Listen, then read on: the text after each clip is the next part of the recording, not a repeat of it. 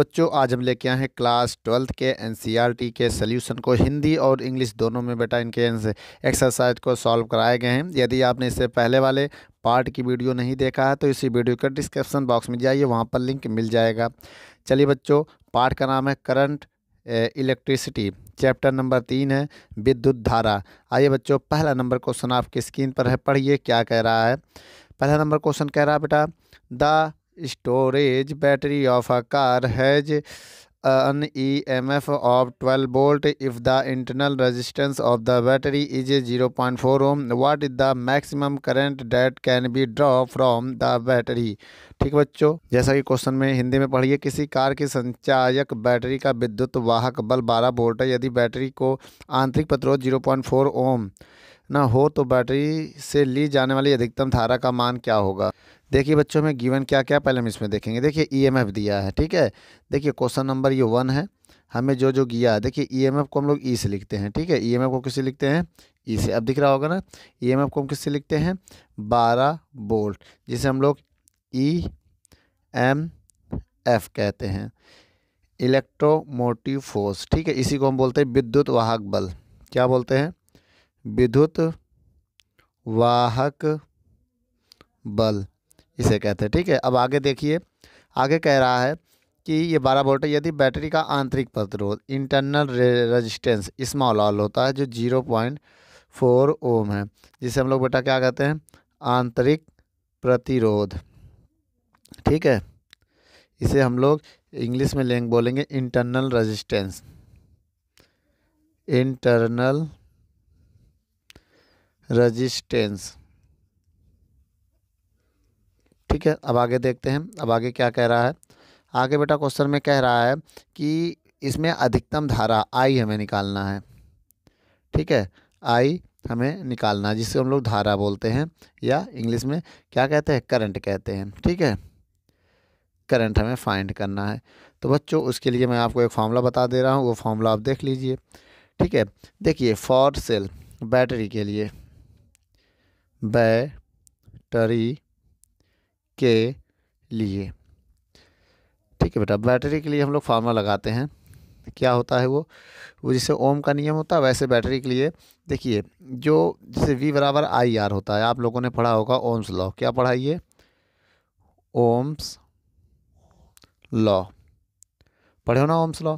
तो जैसे ये होता है वैसे इसे ओम का नियम भी हम लोग बोलते हैं, ओम का नियम। सिमिलरली ऐसे ही फार्मूला देखिए सेल के लिए क्या होता है, जो V है वो E हो जाता है, आई तो आई रहेगा लेकिन कैपिटल आर है स्मॉल आर हो जाता है। ये किसके लिए है? सेल के लिए, ठीक है। तो जैसे लिखा बैटरी के लिए फॉर सेल, फॉर सेल, ठीक है। ये फार्मूला हो गया। अब E की वैल्यू हमें जो गिवन है हम उसको रख के इसको कैलकुलेट करने जा रहे हैं। आइए देख लेते हैं। सबसे पहले कैपिटल E की वैल्यू कितनी है? 12 is equal to I find करना है, स्मॉल आर कितना है? 0.4, ठीक है। अब हम यहाँ क्या करेंगे बच्चों? पॉइंट को हटाएंगे, 0 बढ़ा देंगे तो 12 is equal to I into point हटाएंगे 4/10 हो जाएगा। अब इसको इधर इंटू में भेज देंगे तो 12 इंटू 10 इज इक्वल टू 4 आई हो जाएगा, ठीक है। अब हम यहाँ क्या करेंगे? ये 4 1 जा 4, फिर इसको 1 बार में डिवाइड कर रहे हैं, 4 1 जा 4, 4 3 जा 12। अब इधर क्या आ गया? 3 इंटू 10 इज इक्वल टू आई। तो बच्चों आई की वैल्यू क्या आ गई? 3 10 जा 30, तो कितना आ गया? 30 एम्पियर। ये आई की वैल्यू आ गई। बच्चों वीडियो को रोक कर नोट कर लो। यदि हमारी वीडियो आपको अच्छी लगे तो शेयर करना ना भूलें, अपने सभी दोस्तों को शेयर कर दें। चलिए बच्चों दूसरा नंबर क्वेश्चन को पढ़ते हैं, क्या कह रहा है आइए आपकी स्क्रीन पर है। 10 वोल्ट विद्युत वाहक बल वाली बैटरी जिसका आंतरिक प्रतिरोध 3 ओम है किसी प्रतिरोधक से संयोजित है। यदि परिपथ में धारा का मान 0.5 एम्पियर हो तो प्रतिरोधक का प्रतिरोध क्या होगा? जब परिपथ बंद है तो सेल का टर्मिनल विभवांतर या वोल्टेजता क्या होगी? आइए बच्चों देखते हैं। जैसा कि क्वेश्चन आपके स्क्रीन पर दिख रहा होगा, a battery of EMF 10 volt and internal resistance 3 ohm is connected to resistance if the current in the circuit is 0.5 ampere, what is the resistance of resistors ना, what is the terminal voltage of battery when the circuit is close. आइए बच्चों देखते हैं चलिए बच्चों, question जैसे दूसरा number क्या कह रहा है आइए मैं नोट कर दे रहा हूँ। जैसे इस क्वेश्चन में आपको गिवन है विद्युत वाहक बल, जिसे हम लोग ईएमएफ बोलते हैं ना, 10 वोल्ट जो कि गिवन है 10 वोल्ट। तो ना इसे हम लोग क्या बोलते हैं, ईएमएफ। अभी इससे पहले बताया था, इसे बोलते हैं विद्युत वाहक बल। क्या बोलते हैं, विद्युत वाहक बल, ये होता है। ठीक है, उसके बाद क्या है, बेसल का आंतरिक प्रतिरोध, इंटरनल रेजिस्टेंस दिया है 3 ओम। अभी बताया था ना हमने, इसको क्या बोलते हैं, आंतरिक प्रतिरोध या इंटरनल रेजिस्टेंस। और परिपथ में धारा आई की वैल्यू क्या है बेटा, अभी हमने थोड़ी देर पहले बताया था 0.5 एम्पियर। ठीक है, ये धारा हो गई जिसे हम लोग करंट बोलते हैं। क्या बोलते हैं, करंट ना, जिसे हम लोग बेटा धारा बोलते हैं। क्या बोलते हैं, धारा। ठीक है, इसी को करंट या धारा बोलते हैं। इतना समझ में आ गया बच्चों। चलिए अब आगे हम लोग देखते हैं। और किसका, देखो प्रतिरोधक का, देखो रजिस्टर, हमें रजिस्टेंस चाहिए था ना, रजिस्टेंस ऑफ रजिस्टर, जिसे हम लोग बोलते हैं प्रतिरोधक का प्रतिरोध। ठीक है, तो इसे हम लोग इंग्लिश में बोलते हैं रेजिस्टेंस ऑफ रजिस्टर। ठीक बेटा, क्या बोलेंगे इसे हम, रेजिस्टेंस ऑफ द रजिस्टर। ठीक है, इसे हम लोग कैपिटल आर से लिखेंगे, जो कि हमें फाइंड करना है ये। ठीक है, हम फाइंड करेंगे। और हमें क्या फाइंड करना है बेटा, और हमें फाइंड करना है टर्मिनल वोल्टेज। ठीक है, जिसे बोलते हैं टर्मिनल विभवांतर, टर्मिनल विभवांतर या वोल्टेज भी बोल सकते हैं। ये हमें कैपिटल भी मान ले रहे हैं, ये भी फाइंड करना है। ठीक है, देख लीजिए, अब बहुत ही इजी से मैं आपको फॉर्मूला बताने जा रहा हूँ बैटरी के लिए ना, फॉर बैटरी। ठीक है बेटा, बैटरी के लिए एक फार्मूला हम बता रहे हैं। जैसे V बराबर आई होता वैसे E बराबर आई, आर में स्मॉल आर ऐड कर दो, ये फार्मूला होता है। ठीक है, जैसे नहीं हम लोग ये लिखते हैं V बराबर आई आर, अगर V की जगह हम E करेंगे तो R में स्मॉल आर ऐड हो जाएगा। ठीक है, ये अपना इलेक्ट्रिसिटी के लिए होता है, ये फॉर बैटरी के लिए होता है। तो यहाँ पर E की वैल्यू कितना है, 10 है। देख लीजिए E की वैल्यू कितना है, 10, I की वैल्यू 0.5, R की वैल्यू निकालना है, स्मॉल r कितना दिया है, 3। ठीक है, अब हम क्या करने जा रहे हैं बेटा, अब हम आइए यहाँ पर बता दे रहे हैं। सबसे पहले हम इसको करेंगे क्या, अब हम इसका अगर हम डिवाइड देते हैं ना, यहाँ पर ले जा, इधर सॉल्व कर दे रहे हैं। देखिए अब ये पॉइंट हम नीचे ले जा रहे हैं, 10/0.5 हो जाएगा, इक्वल में बचेगा R+3। पॉइंट हटाएंगे, 0 बढ़ाएंगे तो 100 हो जाएगा, 100/5, पॉइंट हटा के 0 बढ़ा दिया, ये हो जाएगा R+3। अब डिवाइड देंगे, 5 दूनी 10, 20 आ जाएगा भाई, 5 2 जा 10, 1 0 इक्वल टू R+3। अब ये हो जाएगा 20 - 3 इज इक्वल टू R। अब R बराबर कितना हो जाएगा, 17 वोल्ट ओम। ये ओम का निशान होता है बेटा, R की वैल्यू आ गई। ठीक है, अब उसके बाद हम लगाएंगे ओम्स लॉ। क्या लगाएंगे, ओम का नियम। ठीक बच्चों, इसे हम लोग क्या बोलते हैं, ओम्स लॉ। क्या होता है, V बराबर आई आर, ये टर्मिनल विभवांतर हो जाएगा। I की वैल्यू कितना है, 0.5, R की वैल्यू कितना है, 17। अब इस 17 × 5 = 85, 17 5 जा 85, एक नंबर पर वोल्टेज हो गया, ये हमारा वोल्ट हो गया आंसर, टर्मिनल विभवांतर। ठीक है बच्चों, वीडियो को रोक कर नोट कर लो। चलिए बच्चों, तीसरा नंबर क्वेश्चन आपके स्क्रीन पर है, पढ़िए क्या कह रहा है। कह रहा किसी कमरे के या कमरे के ताप 27 डिग्री सेल्सियस 27 डिग्री सेल्सियस पर किसी तापन अवयव का प्रतिरोध 100 ओम है। यदि तापन अवयव का प्रतिरोध 117 हो तो, ठीक है, तब क्या है, अवयव का ताप क्या होगा। प्रतिरोध के पदार्थ का ताप गुणांक आपको दिया 1.70 × 10⁻⁴ सेंटीग्रेड इन -1। तो जैसा कि तीसरा नंबर क्वेश्चन आप देख रहे हैं, a room temperature 27 degree Celsius, the resistance of heating element is 100 ohm. What is the temperature of element if the resistance is found to be 117 ohm, मतलब 117 ओम।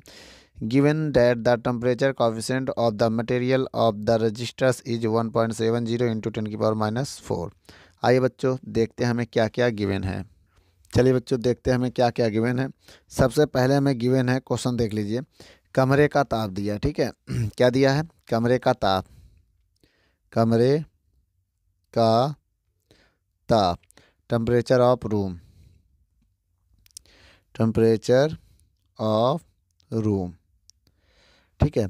कितना दिया है बेटा? टी की वैल्यू जो दिया है 27 डिग्री सेल्सियस है, ठीक है। इतना समझ गए। अब देखिए, अब यहाँ पर दो टेम्परेचर हमारे पास है और देखिए रूम टेम्परेचर पर जो रेजिस्टेंस वो कितना है? 100 ओम है। रूम टेम्परेचर पर इतना हो गया। अब कह रहा है अब ऐसा कौन सा ताप कर दें, T1 कितना कर दें कि उसका जो रेजिस्टेंस मान लो R1 वो कितना हो जाता है? 117 हो जाता है। ये पूछ रहा है क्वेश्चन में, कह रहा ना ये टेम्परेचर उसका कितना कर दें कि रेजिस्टेंस इतना हो जाता है, या इतने रेजिस्टेंस का टेम्परेचर कितना होगा। अब देखिए इसमें और क्या गिवन है। इस क्वेश्चन में अल्फ़ा की वैल्यू गिवन है। अल्फ़ा यहाँ क्या होता है बेटा, बता दे रहे हैं हम। देखिए अल्फ़ा 1.70 इंटू 10⁻⁴ सेंटीग्रेड इनवर्स होता है। इसे हिंदी में बोलते हैं प्रतिरोधक के, आइए मैं लिख देता हूँ, प्रतिरोधक के पदार्थ, ठीक है, का ताप गुणांक, ताप गुणांक बोलते हैं इसको, अल्फ़ा को। आइए इंग्लिश में देख लेते हैं। देखिए बच्चों इसको हम लोग बोलते हैं, ये देखिए प्रतिरोधक का ताप गुणांक हो गया, टेम्परेचर, ठीक बेटा, टेम्परेचर कॉफिशिएंट, ठीक है, temperature coefficient of the material, of the material of the filament, of the filament, ये अल्फ़ा होता है बेटा। अल्फ़ा का नाम, ये अल्फ़ा मेरा इतना हो गया, ठीक है।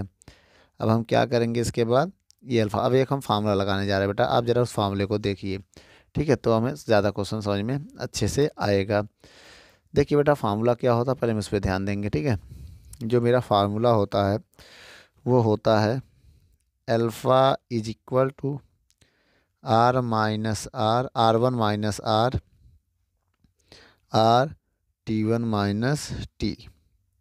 यही फार्मूले का हमें यूज करना। आइए बच्चों यहाँ पर हम फार्मूले का यूज करते हैं, ठीक है। कैसे करेंगे देख लीजिए। सबसे पहले बेटा हम इसमें अल्फ़ा की वैल्यू पुट करेंगे। किसकी वैल्यू? अल्फ़ा की। या अल्फ़ा की वैल्यू कितनी है? 1.70 into 10⁻⁴ is equal to R1, R1 कितना है? 117 माइनस R कितना है? 100 डिवाइड बाई R कितना है? 100 और T1 कितना है? T1 निकालना है, माइनस T2 कितना है? दिया था 27 डिग्री ना, इसमें 27 यहाँ पर पुट कर दे रहे हैं, ठीक है। अब देखिए बेटा इसकी जो वैल्यू है 27। अब हम क्या करने जा रहे हैं ना, इसको इधर ले, देखिए ये पूरा इंटू है ना, इसको हम इधर ले जा रहे हैं, इसको नीचे ले जा रहे हैं, तो आएगा T1 माइनस 27, ये तो एक ब्रैकेट में है, इसको इधर ले आए। जब इसको माइनस करेंगे केवल 17 आएगा और डिवाइड में आएगा 100 इंटू 1.70 इंटू 10⁻⁴ इतना आ जाएगा। अब हम इसको क्या करेंगे देख लीजिए, ये ऊपर जाके पावर प्लस हो जाएगा। T1 minus 27 is equal to, जब ये माइनस में ऊपर जाकर प्लस हो जाएगा 17 इंटू 10⁴ हो जाएगा। और नीचे जब इसका मल्टीप्लाई करेंगे 170 ये आ जाएगा, जब मल्टीप्लाई करेंगे तब, क्योंकि पॉइंट हटाएंगे 2 जीरो है ना, हटाएंगे 2 जीरो बढ़ा देंगे, वो दोनों जीरो कैंसिल हो जाएगा। देखिए कैसे, पॉइंट हटाएंगे 2 जीरो बढ़ाएंगे, 1 2 कैंसिल हो गया, तो 170 बचा कि नहीं। अब हम क्या करेंगे बहुत ध्यान से देखिए, T1 minus 27 is equal to, जब इसका मल्टीप्लाई करेंगे 17, एक जीरो इसको दे रहे हैं, एक जीरो, और 1000 अलग कर दे रहे हैं, क्योंकि इसमें 3 जीरो बचेगा। जब 4 जीरो एक इसको दे दिया तो 3 यहाँ बचेगा, और डिवाइड में 173, इससे ये कैंसिल हो गया। अब देखिए T1 बराबर 27, ठीक है, ये माइनस में उधर जाकर प्लस, और पहले इधर कितना बचा? 1000 अभी बचा हुआ है, ठीक है भाई। जब ये कट जाएगा तो यहाँ 1000 ही बचेगा।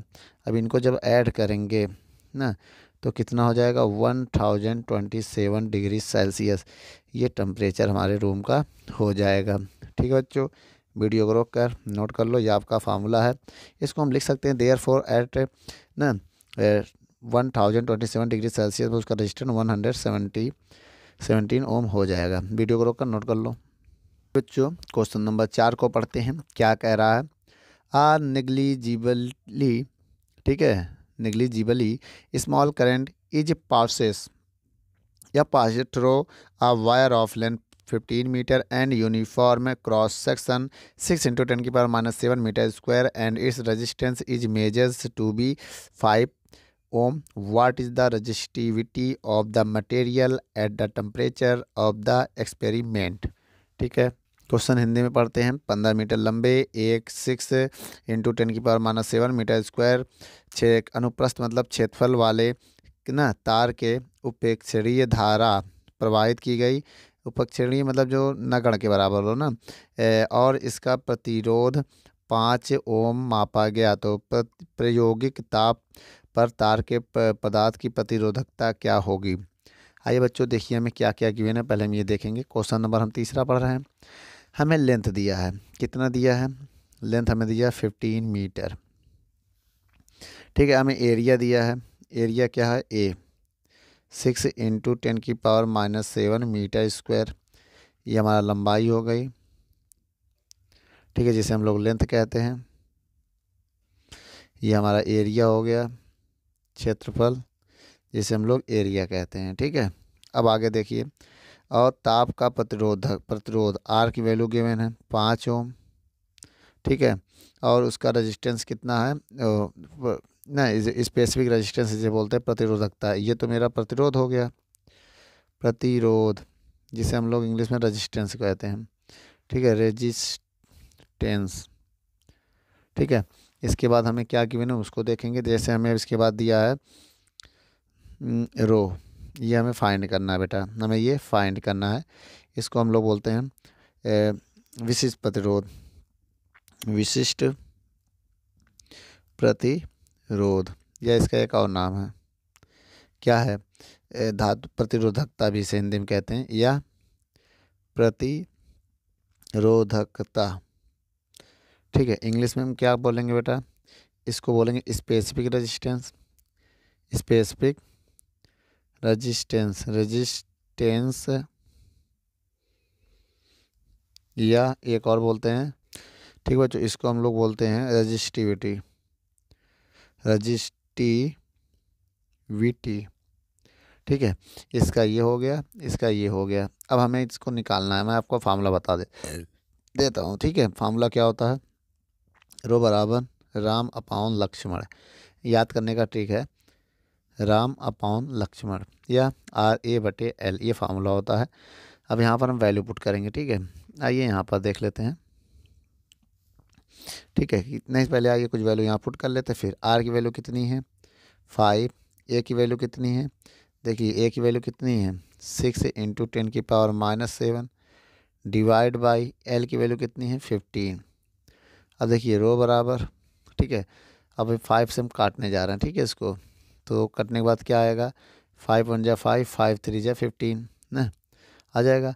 तो आएगा 6 डिवाइड बाई 3 × 10⁻⁷, इतना आ गया। अब इसमें कुछ रह नहीं गया बेटा, अब इसमें हम 2 से डिवाइड दे देंगे। 2 × 1 = 2, 3 × 1 = 3, 2 × 6 × 10⁻⁷ ओम मीटर इसका आंसर आ जाएगा। ये हमारा आ गया बेटा स्पेसिफिक रेजिस्टेंस या रेजिस्टिविटी। ठीक है बच्चों, वीडियो को रोक कर नोट कर लो। चलिए बच्चों 5वां नंबर क्वेश्चन को हम लोग देख लेते हैं। 5वें नंबर क्वेश्चन में क्या कह रहा है? देखिए 5वां कह रहा है a silver wire has a resistance of 2.1 ohm at 27.5 degree Celsius and a resistance of 27 ohm at 100 degree ना determine the temperature of coefficient of resistivity of silver. ठीक है बच्चों, ये हमें गिवन है क्वेश्चन में। 5वां नंबर क्वेश्चन क्या कह रहा है? सिल्वर के किसी तार का 27.5 ना पर क्या प्रतिरोध 2.1 ओम है और 100 डिग्री सेल्सियस पर प्रतिरोध 2.7 है। तो सिल्वर का प्रतिरोधक ताप गुणांक ज्ञात कीजिए। बच्चों बहुत ईजी आसान क्वेश्चन है, टफ नहीं है। आइए हम इसको देख लेते हैं। जैसे भी थोड़ी देर पहले मैंने आपको बताया था इसमें क्या क्या गिवन है। देखिए टेम्परेचर, आप इसको हम T1 मान ले रहे हैं, ठीक है। जो मेरा T1 है वो कितना है, देखो T1 दिया है 27 डिग्री सेल्सियस, ठीक है, डिग्री सेल्सियस। जो टेम्परेचर इस पर इसका R1 कितना दिया है, 2.1 ओम दिया है। कितना है बेटा, 2.1 ओम है। अब T2 कितना हमारा, ये भी समझिए, T2 मानो चाहे T मान लो, हम T2 मान ले रहे हैं। जो T2 हमारा 100 डिग्री सेल्सियस, ठीक है, और जो R2 हमारा है वो कितना है, 2.7 ओम है ना, गिवन है ना ये। और हमें क्या फाइंड करना है, अल्फ़ा, जिसका भी इससे पहले क्वेश्चन नंबर 3 में बताया गया था। इसको क्या बोलते हैं बेटा, हिंदी में इसको बोलते हैं सिल्वर का प्रतिरोधकता ताप गुणांक, टेम्परेचर कॉफिशिएंट, शॉर्ट में लिख देते हैं ताप गुणांक, ताप गुणांक, जिसे हम लोग बोलते हैं टेम्परेचर कॉफिशिएंट, ठीक है, शॉर्ट में। आइए बच्चों इसको हम सॉल्व करते हैं। कैसे सॉल्व करेंगे आइए देखते हैं।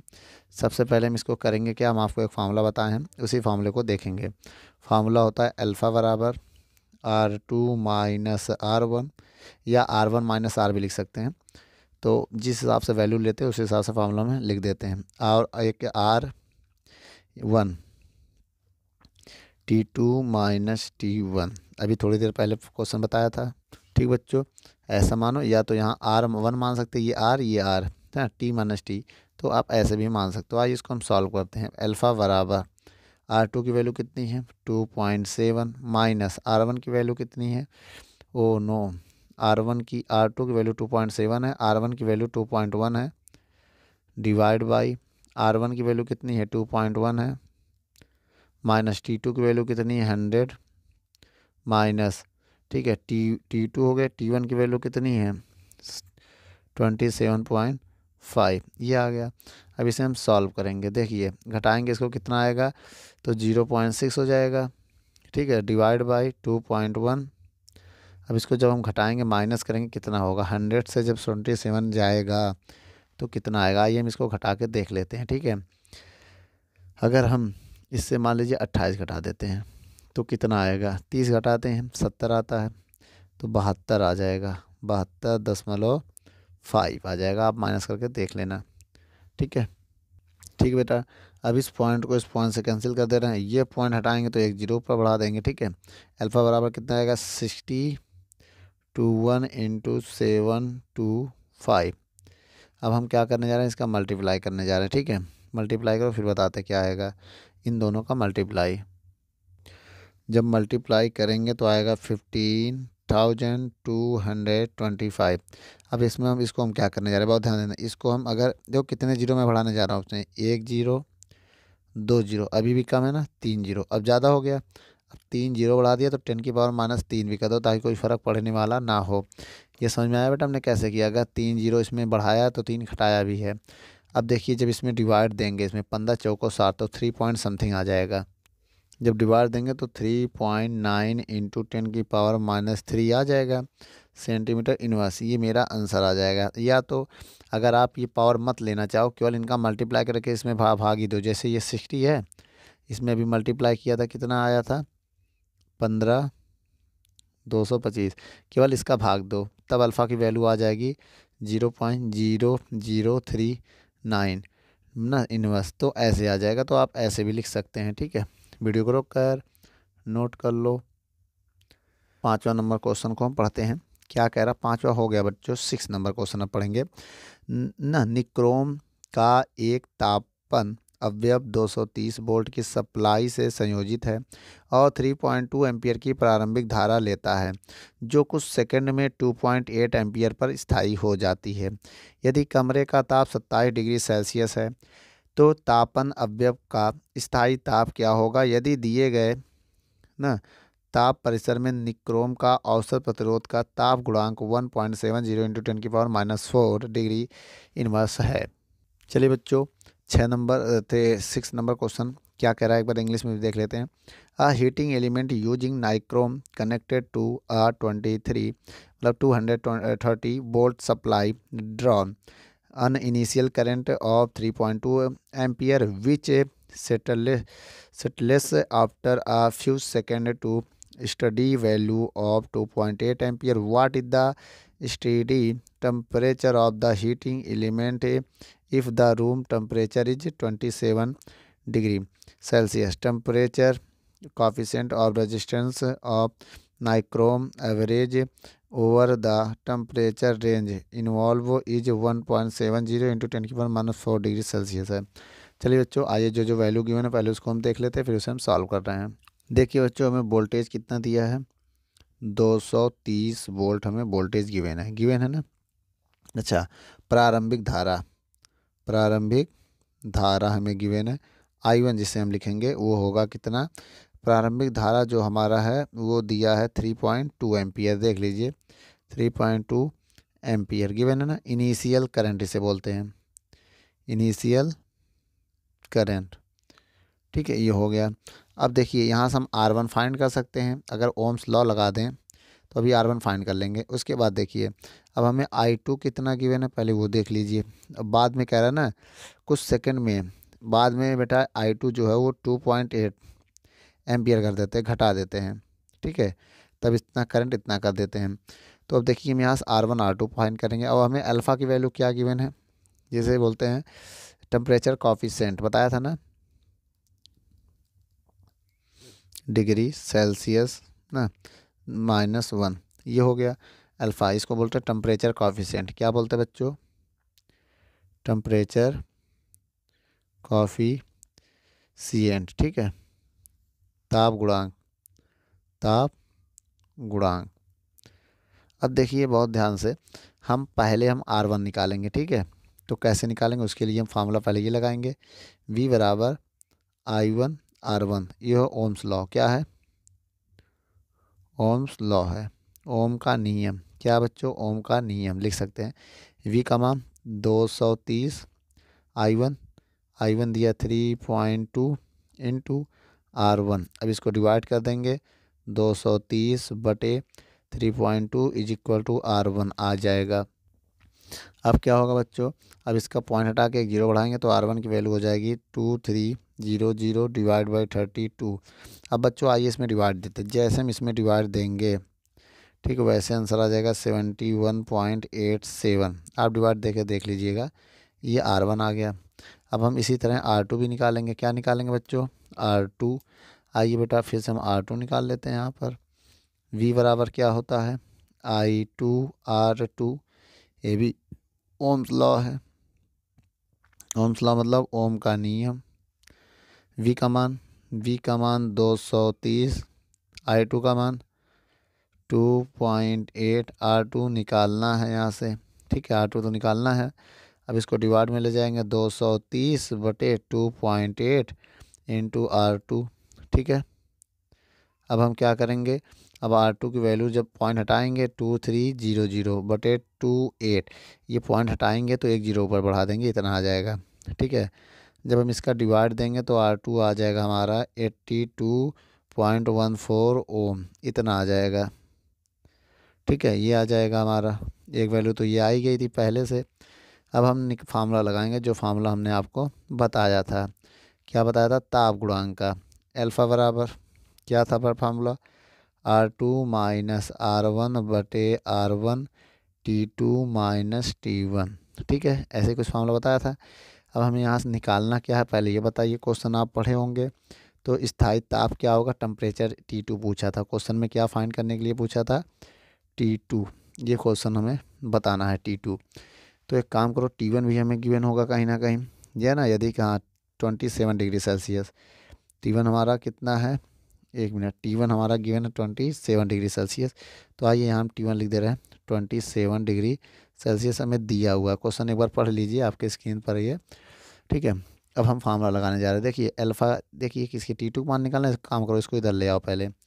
T2 माइनस T1 बराबर R2 माइनस R1 डिवाइड में R1 और इधर अल्फ़ा हो जाएगा। जब इसको हम इधर इसको नीचे भेज देंगे, कुछ इस तरीके का क्वेश्चन मेरा बन जाएगा। अब हम क्या करेंगे, आइए आगे देख लेते हैं। थोड़ा पेंसिल का यूज़ कर लेते हैं। ठीक है, अब देखिए इसमें बहुत ध्यान से, इसको हम थोड़ा किनारे कर दे रहे हैं। अब देखिए T2 माइनस T1 है, T1 कितना है 27 degree Celsius, equal to R2 कितना है, R2 अभी निकाला था, ये है 82.14 माइनस, ठीक है। और R1 कितना है, R1 भी निकाला था, ये है 71.87। और डिवाइड में क्या है, डिवाइड में R1 है, R1 ये है, देख लीजिए R1 है ना, ये 71.87। उसके बाद अल्फ़ा इनटू में क्या है, अल्फ़ा, अल्फ़ा की वैल्यू हमने कहीं निकाल के लिखी है, ये है बेटा, ये अल्फ़ा हो गया 1.70 इंटू 10⁻⁻4। अब हम क्या करेंगे, इसको माइनस करने चल रहे हैं, आइए देख लेते हैं। T2 minus 27 is equal to, जब इसको माइनस करेंगे तो कितना आएगा, पहले हम इसको समझेंगे, आइए माइनस करके देख लेते हैं। देखिए बेटा, एक कैरी लेंगे, 14 में से 7 गया 7 आ जाएगा, ठीक है। अब यहाँ बचा 0, एक हासिल लेंगे, 10 में से 8 गया 2 आ जाएगा। अब यहाँ बचा 81, 81 से 71 जाएगा 10 आ जाएगा। अब एक 2 नंबर बाद डेसिमल है, डेसिमल लग जाएगा। अब देखिए जब इनका मल्टीप्लाई करेंगे, जब बच्चों इन दोनों का मल्टीप्लाई करेंगे, इनका और इनका, आप आराम से मल्टीप्लाई कर लीजिएगा, देखिए ये आंसर आ जाएगा आपका, ठीक है। गुणा कर लीजिएगा, इनटू में 10⁻, जो 4 है वो ऊपर जाके प्लस हो जाएगा। अब इसको ऊपर हम भेज दे रहे हैं, ठीक है। T2 माइनस 27, अब ये ऊपर जाके प्लस हो जाएगा। 27 कितने जीरो, 4 जीरो ना, 4 जीरो को हम ऐसे भी लिख सकते हैं। और 122 पॉइंट, ठीक है, कितना हो जाएगा, 122.179 इतना आ जाएगा। अब देखिए बच्चों, हम क्या करने जा रहे हैं, बहुत ध्यान से देखिएगा। अब हम इनका मल्टीप्लाई करेंगे, जैसे मल्टीप्लाई करेंगे, 4 जीरो है ना, तो 2 जीरो को कैंसिल कर देगा, 2 जीरो उसमें लग जाएगा। तो 1,027,00 डिवाइड बाई 122.179। अब इसका हम डिवाइड देने जा रहे हैं। देखिए बच्चों, जब इसका हम डिवाइड देंगे तो T2 minus 27 is equal to, divide देने पे आएगा 840.5, क्या हो जाएगा 840.8। तो T2 बराबर हो जाएगा, जब ये माइनस में उधर जाके प्लस हो जाएगा, 840.5 प्लस 27 हो जाएगा, ठीक है। अब देखिए T2 का मान कितना आ जाएगा, जब इसको हम जोड़ेंगे, क्या करेंगे, जोड़ेंगे तो 867.5 इतना हो जाएगा ना, डिग्री सेल्सियस ये आ जाएगा, ठीक है। ये आ गया आंसर। वीडियो को रोककर नोट कर लो बच्चों। जो क्वेश्चन नंबर 7 पढ़ते हैं, क्या कह रहा है कि चित्र में दर्शाइए नेटवर्क की प्रत्येक शाखाओं में धारा का माप ज्ञात कीजिए। आपको एक डायग्राम जो कि दिख रहा है हमें फाइंड करना। तो क्वेश्चन में क्या कह रहा है, डिटरमाइन द सेंटर, सॉरी बेटा, determine the current in each branch of the network show in the figure. जो भी डायग्राम है उसमें हमें जो शो कर रहा है वो हमें फाइंड करना है। आइए पहले मैं एक बनाता हूँ। देखिए बच्चों, ये आपको एक डायग्राम दिया है, अब इसमें मैं कुछ मैप करने जा रहा हूँ, ज़रा उसको आप ध्यान से देखिएगा। देखिए सबसे पहले बेटा यहाँ से सिलेक्ट कर लिया मैं, I1 करंट है, कौन सा करंट, ये I1 करंट यहाँ जा रहा था। अब ये करंट दो भागों में डिवाइड हो जाएगा, एक इस तरफ चला जाएगा, एक ऊपर। जो ऊपर की तरफ जाएगा उसे मैं I2 लेट कर ले रहा हूँ, और जो नीचे की तरफ आएगा उसमें I3 लेट कर ले रहा हूँ, नीचे वाले को। अब इधर गया, अब यहाँ पर भी जाकर दो भागों में डिवाइड हो रही है, ठीक है। अब मान लेट कर लिए यहाँ पर कौन सा करंट है हमारे पास, देखिए बहुत ध्यान से देखिए, I2 है, तो यहाँ पर हमने लेट कर लिया है I4 है, कौन सी करंट है यहाँ पर है I4। और यहाँ पर देखो I3 है, ये I2 I3, यहाँ लेट कर लिया I4 करंट है। अब यहाँ पर कितना होगा करंट, फिर I2 से I4, देखिए I2 से I4 माइनस हो जाएगा यहाँ पर, ठीक है। क्यों माइनस होगा, क्योंकि भाई I2 आ रहा था, 4 इधर चला गया, जो बचा तो वही तो इधर आएगी। यहाँ पर भी क्या है, ये I4 इधर आ रहा था, अब I3 इधर मिल के दोनों मिल गई, दोनों करंट जुड़ गई भाई, इधर से I3 इधर से I4 आ रहा था, तो यहाँ पर हो गया I3 प्लस I4 हो गई, दोनों करंट ऐड हो गई। और इधर से जब पहुँची तो यहाँ पर तीनों ऐड होंगे, जब तीनों को हम ऐड करेंगे तो I4 से I4 कट जाएगा ना। तो यहाँ पर कौन कौन सी करंट फ्लो होगी, ये देखिए यहाँ पर आएगा हमारा, या तो I2 ही लिख दे रहे हैं हम, क्या लिख देंगे I1, ठीक है।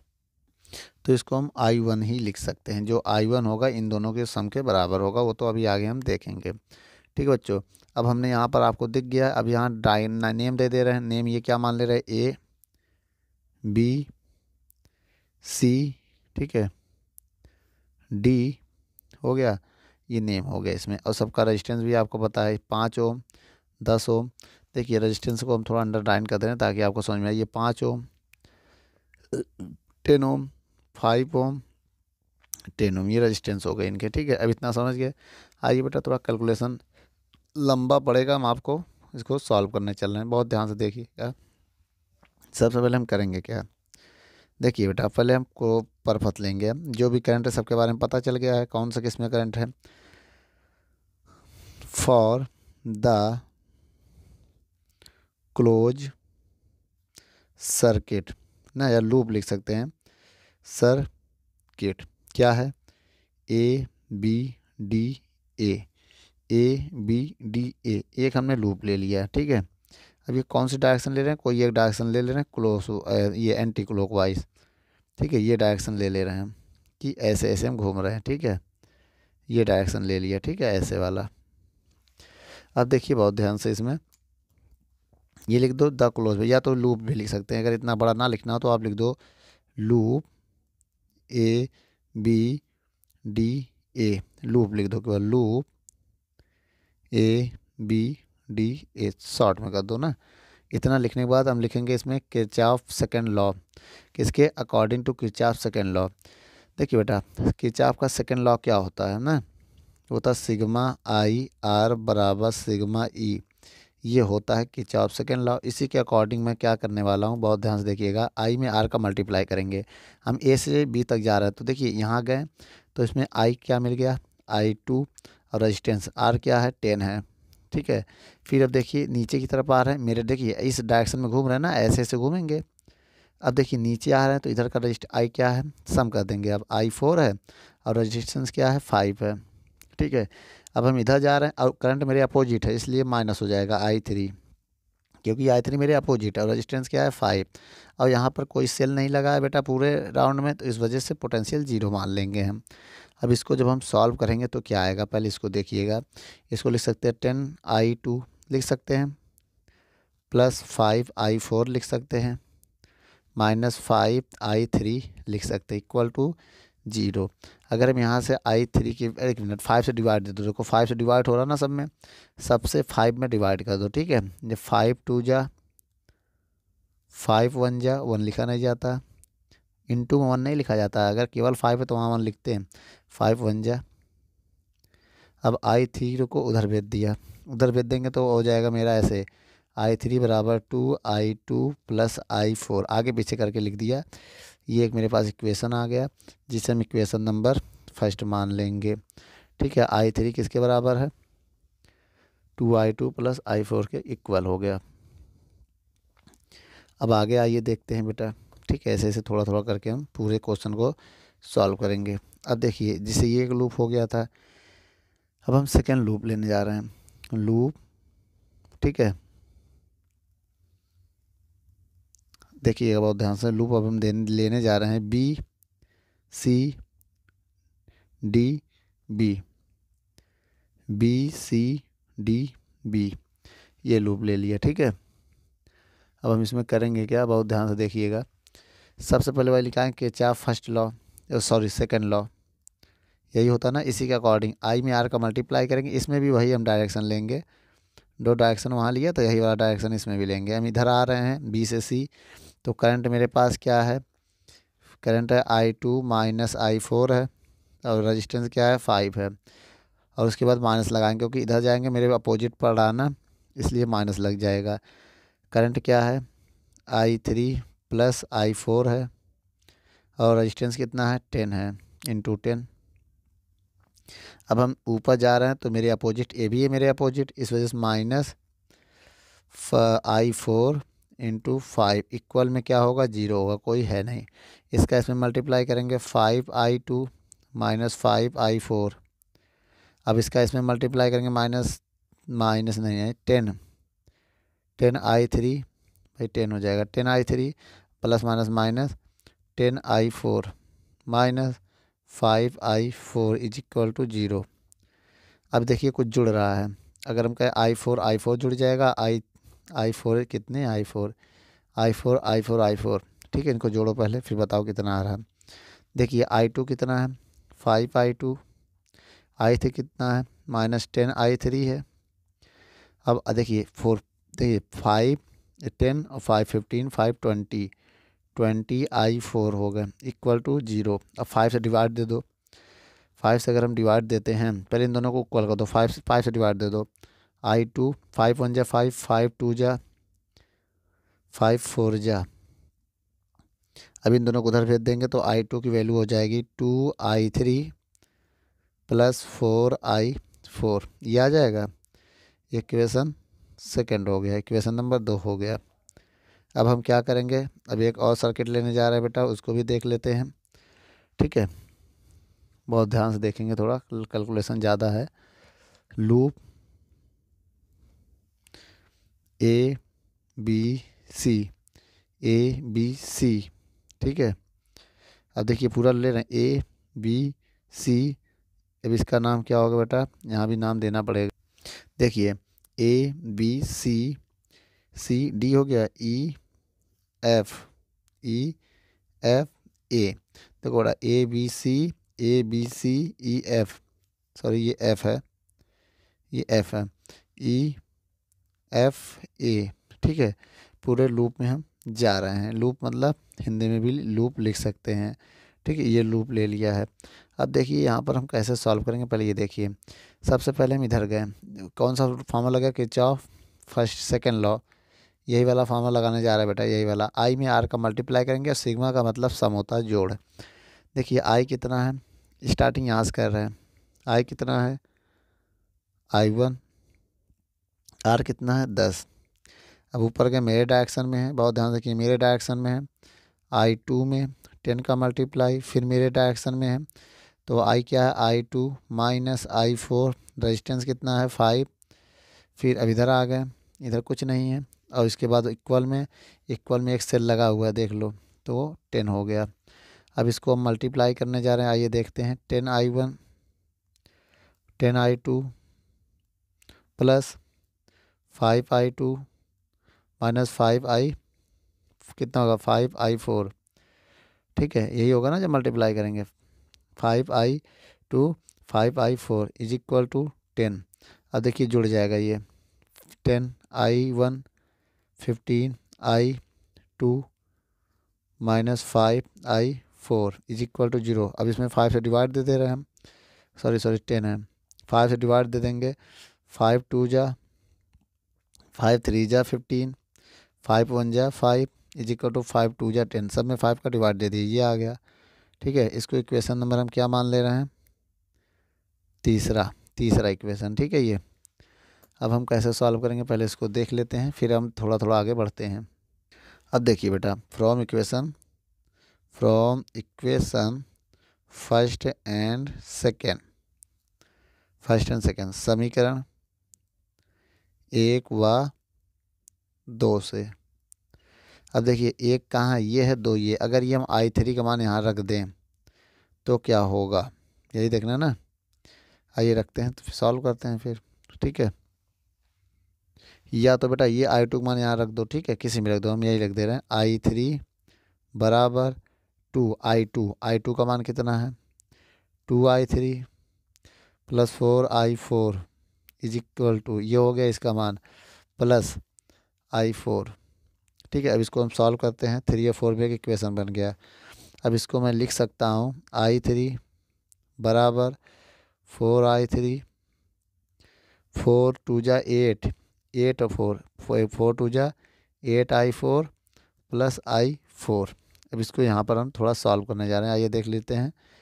अब देखिए यहाँ पर ये 3 वाला और 4 वाला, और इसमें कुछ कांस्टेंट तो है नहीं। अब देखिए बेटा, अब इस i3 को इधर ले आ रहे हैं, i3 माइनस 4i3 हो जाएगा ना, अब इक्वल में, और ये 8i4 और एक आई है 9i4 हो जाएगा। इसको माइनस करेंगे, माइनस 3i3 9i4 हो जाएगा।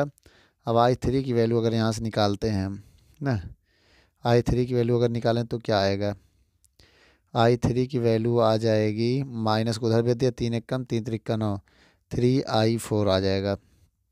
ठीक है, इसको इक्वेशन नंबर हम 4 मान ले रहे हैं। अब इसके आगे थोड़ा सा और बचा है अभी। ठीक है, अब हम इसके आगे क्या करेंगे, फ्रॉम इक्वेशन ना 4 में इसकी वैल्यू अगर हम पुट कर दें, 4 कहाँ है, इक्वेशन 4 1 कहाँ, इक्वेशन ये है। अगर यहाँ पर हम I3 की वैल्यू पुट कर दें तो क्या होगा, ये देखना है ना। 4 और 2 में इक्वेशन कन्वर्ट हो जाएगा, पुट करो। ठीक है, चलिए बच्चों, लाइट जा चुकी है, फ्लैश ऑन करके मैं बताने जा रहा हूँ। सबसे पहले हम क्या करेंगे, अब इसको पुट करेंगे। पुट इन इक्वेशन फर्स्ट, समीकरण 1 में पुट कर रखने पर, मतलब रखने पर अगर हम समीकरण 1 में रखते हैं यही I3 की मान, तो क्या हो जाएगा, -3I4 बराबर 2I2 प्लस I4। अब क्या होगा, अगर हम इसको सॉल्व करें, ये इधर आएगा तो -4 हो जाएगा भाई, तो क्या हो जाएगा, -4I4 बराबर 2I2, और 2 से काट देंगे तो यहाँ से I2 की वैल्यू आ जाएगी -2I4, एक ये वैल्यू आ जाएगी हमारे पास। ठीक है, अब ये एक ये वैल्यू आ जाएगी जिससे हम इक्वेशन 5 मान सकते हैं। ठीक है, I2 की वैल्यू आ गई -2I4।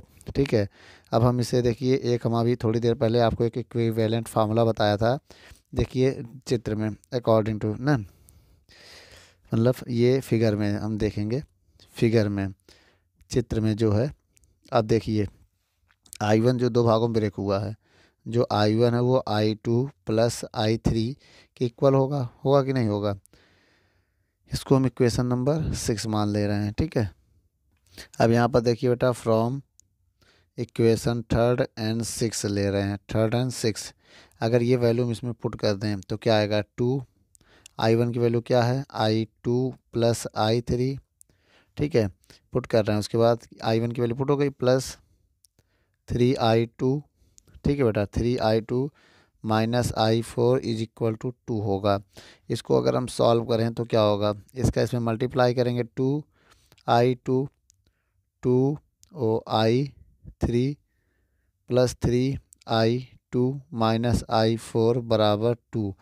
अब देखिए 2I और ये जुड़ जाएगा तो कितना हो जाएगा बेटा, 2 और 3 5I2 plus 2I3 minus I4 बराबर 2। इसको हम इक्वेशन 7 मान ले रहे हैं। ठीक है, अब हम क्या करेंगे इसके बाद आप समझिए, क्वेश्चन तो बहुत लॉन्ग होता जा रहा है।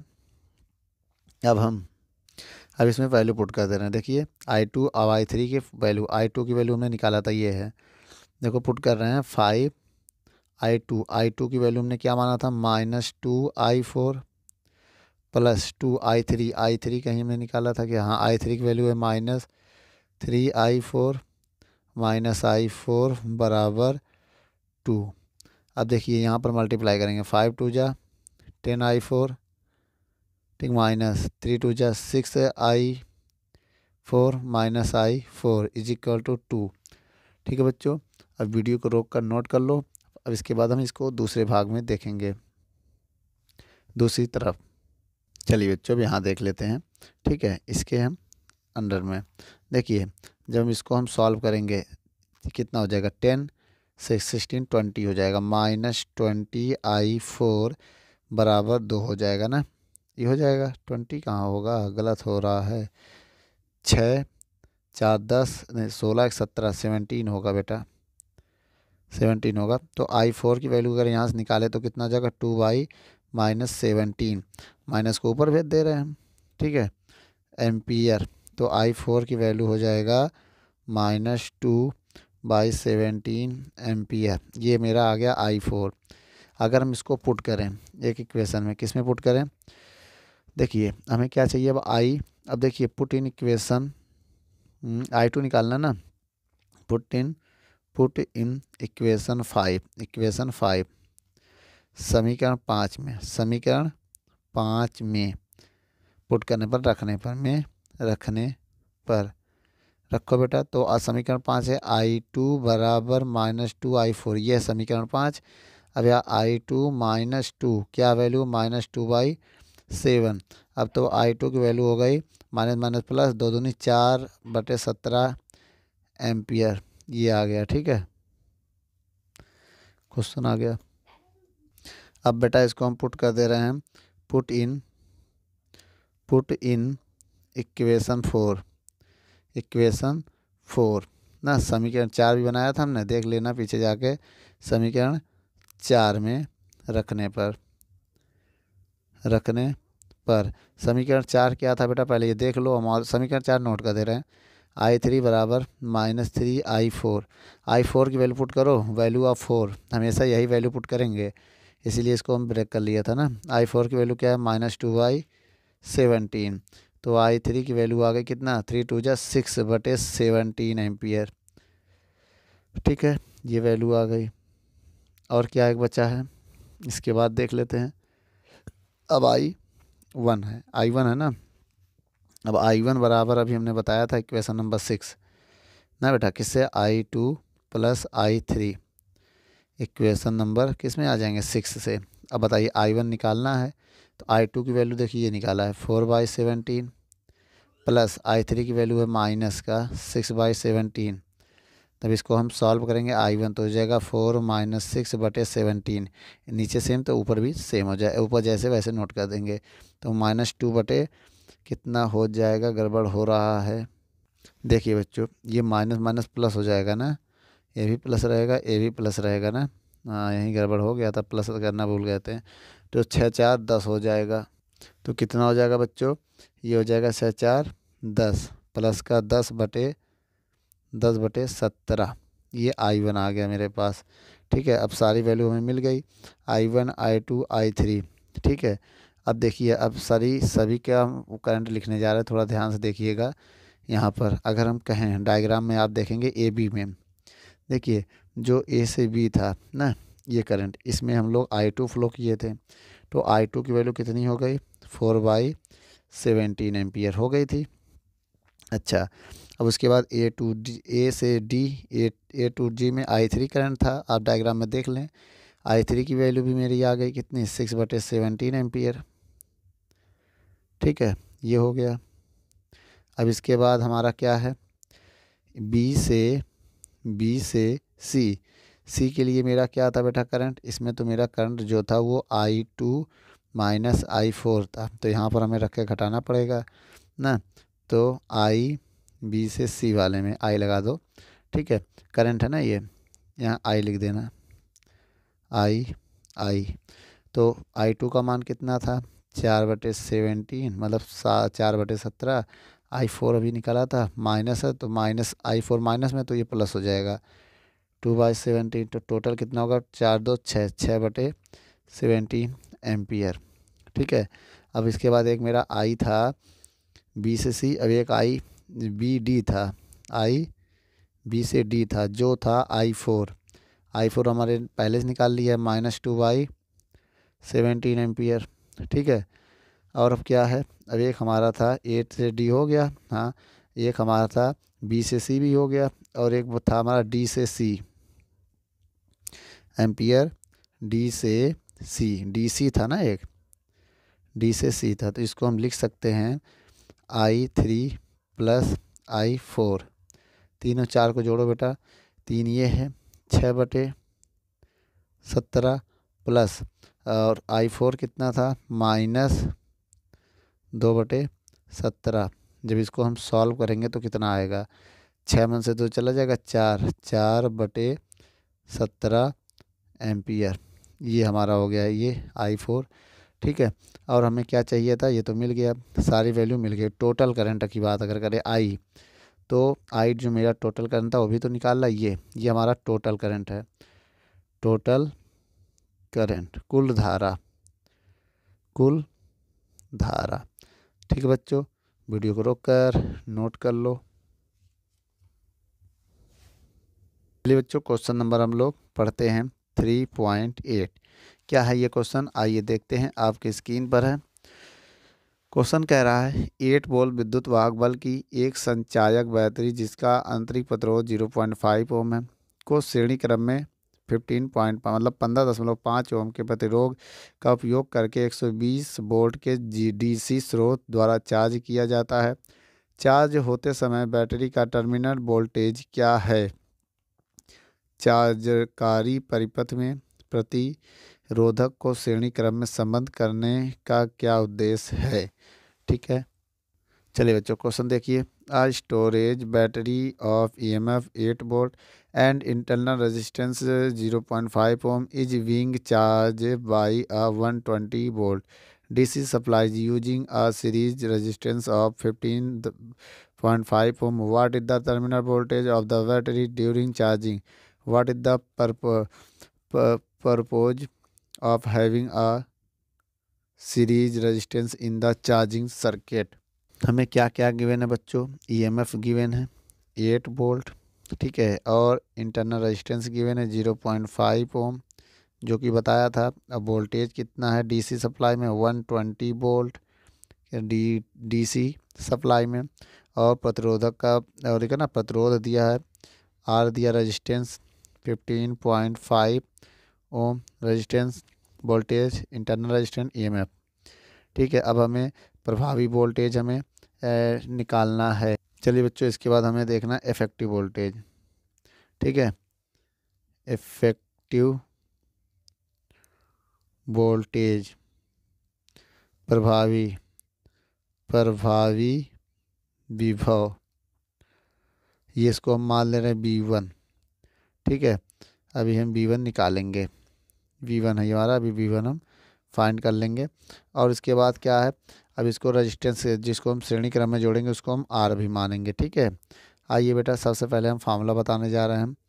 देखिए जो मेरा इफेक्टिव वोल्टेज है V1 उसे लिख सकते हैं V माइनस E, क्योंकि जो उसका टोटल वन है उसको हमें EMF से माइनस कर देंगे तो इफेक्टिव वोल्टेज आ जाएगा जितना इफेक्ट करेगा। 120 माइनस E, क्योंकि 8 तो है बैटरी तो उसको बैलेंस करेगा, बाकी 8 इससे माइनस हो जाएगा। कितना हो जाएगा? 112 वोल्ट। ठीक है, ये आ गया V1। इसके बाद हम क्या करेंगे? ठीक है, इसके बाद हम लिखेंगे अब, अभी हम आपको ओम का नियम बताया था ना, Ohm's law for sale for a battery, for, ठीक, बैटरी, ठीक है, बैटरी के लिए, बैटरी के लिए ओम्स लॉ हमने बताया था E बराबर IR होता है, तो R जब लिखेंगे उसमें स्मॉल r ऐड कर देंगे, ये होता है फार्मूला बताया था। अब ये जो E है ये मेरा इफेक्टिव वोल्टेज के लिए रहेगा, इसको हम V1 कर देंगे, इफेक्टिव वोल्टेज होगा। ठीक है, ये हमारा क्या होगा बच्चों? Effective voltage. इसको हम लिख सकते हैं V का मान 112, I की वैल्यू गिवन है कि नहीं? नहीं गिवन है तो हम फाइंड कर लेंगे। यहाँ I कैपिटल R कितना दिया है? 15.5, अब स्मॉल r दिया है 0.5। जब इसको हम सॉल्व करेंगे तो I इनको ऐड करेंगे तो 16 आएगा, इसको हम डिवाइड कर देंगे 16 से I, तो जैसे हम डिवाइड करेंगे तो 16 का टेबल पढ़ेंगे 7 बार में आ जाएगा 112, 7 टाइम्स ना, तो ये डिवाइड हो जाएगा, तो ये मेरा 7 एम्पियर का करंट आ जाएगा। अब हम क्या निकालेंगे? अब हम वोल्टेज निकालने जा रहे हैं VR जो होता है IR ओम्स लॉ पे। तो VR जो हमारा होगा रेजिस्टेंस पर जो वोल्टेज होगा I है 7, R कितना दिया था हमारा आ रहा है 15.5, रेजिस्टेंस कितना है 15.5। तो जब इसको हम सॉल्व करेंगे तो ये हो जाएगा 108 ना, 15 सत्ते 105, पूरा मल्टीप्लाई करेंगे 108, इतना आ जाएगा वोल्टेज। तो ये VR हो गया मेरा, क्या आ गया? VR। अब इसके बाद हम क्या पढ़ेंगे? बैटरी का टर्मिनल विभवांतर। क्या पढ़ेंगे बच्चों? देख लीजिए, बैटरी का टर्मिनल विभवांतर या वोल्टेज, टर्मिनल वोल्टेज। ठीक है, इंग्लिश में क्या लिखेंगे? इसको बोल सकते हैं हम टर्मिनल, ठीक है, वोल्टेज ऑफ बैटरी, बैटरी। ठीक है, फार्मूला क्या होता है बेटा? बहुत ध्यान से देखिएगा, इसको माइनस कर देंगे किससे किससे? दो वोल्टेज है ना, 120 है एक, कितना था? V minus VR, V 120 minus अभी VR निकाला 108.5, जब इसको हम माइनस करेंगे तो 11.5 वोल्ट आएगा।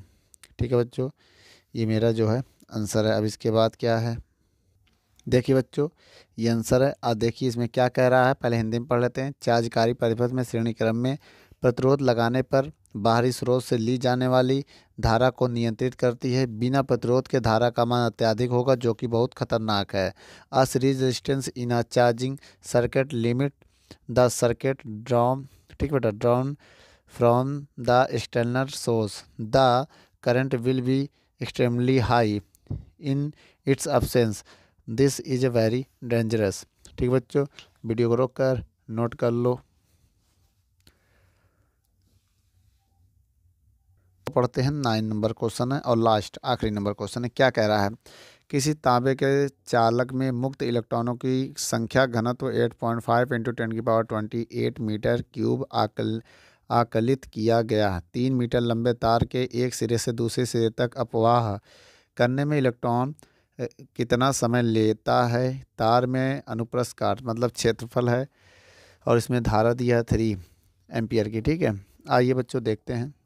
क्वेश्चन कह रहा है बेटा, the number density of free electrons in a copper conductor estimate in example 3.1, ठीक है, 3.1 इज 8.5 × 10⁻28 मीटर क्यूब। ठीक है, how long does an electrons take a drift from one end of wire 3 meter long to its other end. The area of cross section of the wire 2 × 10⁻6 meter square and is carrying a current of 3 ampere। देखिए बच्चों, इसमें number of electron कितना given है, 8.5 × 10⁻28 metre inverse ना, वो sorry metre cube, minus में metre cube. How long does taken, बेटा हमें टाइम पूछ रहा है, यहाँ पर टाइम निकालना है। क्या निकालना है, टाइम, कितना समय तक। और क्या क्या गिवन है पहले ये देखते हैं। आई की वैल्यू गिवन है हमें, करंट कितना दिया, ओ सॉरी लेंथ लेंथ लेंथ कितना दिया है 3 मीटर, ये हमारा लेंथ हो गया, लंबाई। ठीक है, अब ये समय हमसे पूछ रहा है, ये समय है, क्या है, टाइम। ठीक है, ये टाइम हो गया हमारा, टाइम पूछ रहा है और लेंथ गिवन है। और क्या हमें गिवन है बेटा, आइए पहले हम देख लेते हैं क्वेश्चन को अच्छे से। चलिए अब हम क्या कह रहे हैं, बहुत ध्यान से देखिएगा। ये लेंथ हो गया और इसमें एम्पियर दिया, आई की वैल्यू कितना दिया है 3 एम्पियर। ठीक है, धारा जिसे हम लोग करंट बोलते हैं, क्या बोलते हैं, करंट। ठीक है, और क्या है, और इसमें हमें देखिए इतना हो गया। और इलेक्ट्रॉन ई की वैल्यू आपको याद होगा 1 जिसे बोलते हैं इलेक्ट्रिक चार्ज ना, ये कितना होता है, इतना इलेक्ट्रॉन की वैल्यू होती है। ठीक है, अब यहाँ हम रिलेशन बिटवीन, देखिए यहाँ का फार्मूला होगा जिसे हम बोलते हैं, वी नो डैट केवल लिख दो, वी नो डैट, हम जानते हैं, हम जानते हैं, क्या जानते हैं, आई बराबर NEA VD।